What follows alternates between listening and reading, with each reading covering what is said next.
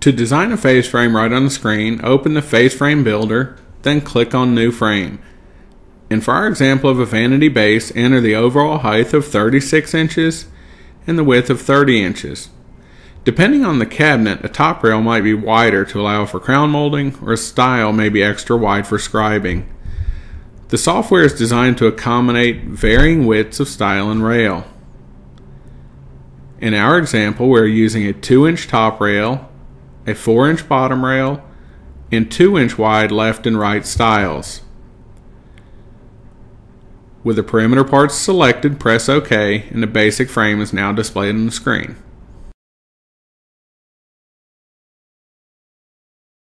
To add a cross rail between a drawer and a door opening, select Rail, enter the clear dimension between the upper rail and the new cross rail. In our example, we are using 6 inches. To add a vertical divider, click on Style. If you want it centered, click on this box. The program will do the rest.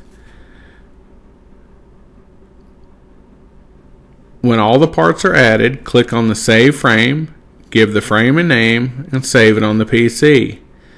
Now click on Make List. This will format the entered data into a cut list, which is also displayed on the screen.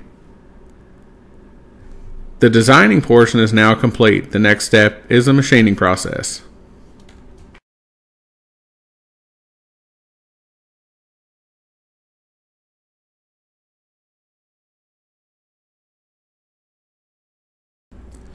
Open the RAZORGAGE software, select Auto List, and click on a file name.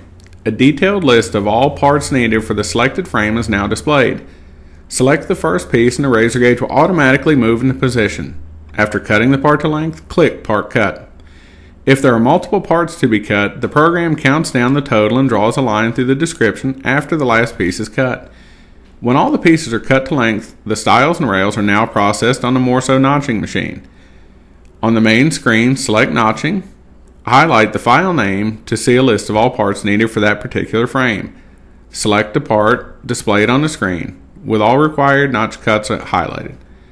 Place the molding on the machine table and click on the screen to advance the stop system to the first notching location. Holding the molding with the left hand, the cutting head is moved toward the beaded edge with a hand lever, and stepping on the foot pedal brings the head down. Multiple passes are needed for clean and tear-free cuts. Depending on the wood species, it usually takes from 2 to 4 cuts to notch a bead. When the rail is finished, it is set aside and the next piece is processed. The knives are designed to stay sharp for a long time. In custom woodworking shops, we frequently see them used for over a year before they are sent back to us for resharpening. We have the equipment necessary to regrind and hone the knives to factory specs, and we generally return them to the customer in just a few days.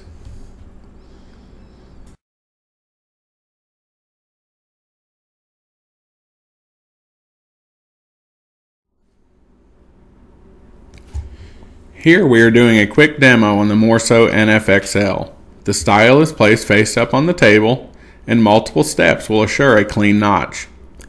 The adjustable stops next to the head are set to limit the travel of the cutting head. These are adjusted to match your bead. You can easily cope the end of the rails in one single pass.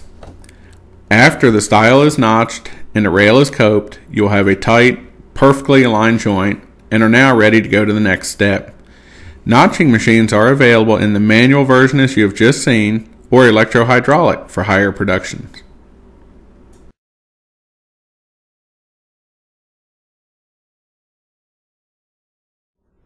Once all of the components of a face frame are finished, the frame is assembled using the Hoffmann Dovetail joining system. We have set up our PU2 floor model routing machine for this operation. The fixtures on the machine locate the notched molding precisely above the router bit, and the square stop is used to reference the location of the coped rail. Once the keyways are routed, some glue, the dovetail keys, and a hammer is all that's needed to assemble the frame. No assembly tables, presses, or clamps are needed to complete the frames. This completes this portion of the video on our face frame combination system. Thank you for your time. We look forward to hearing from you soon.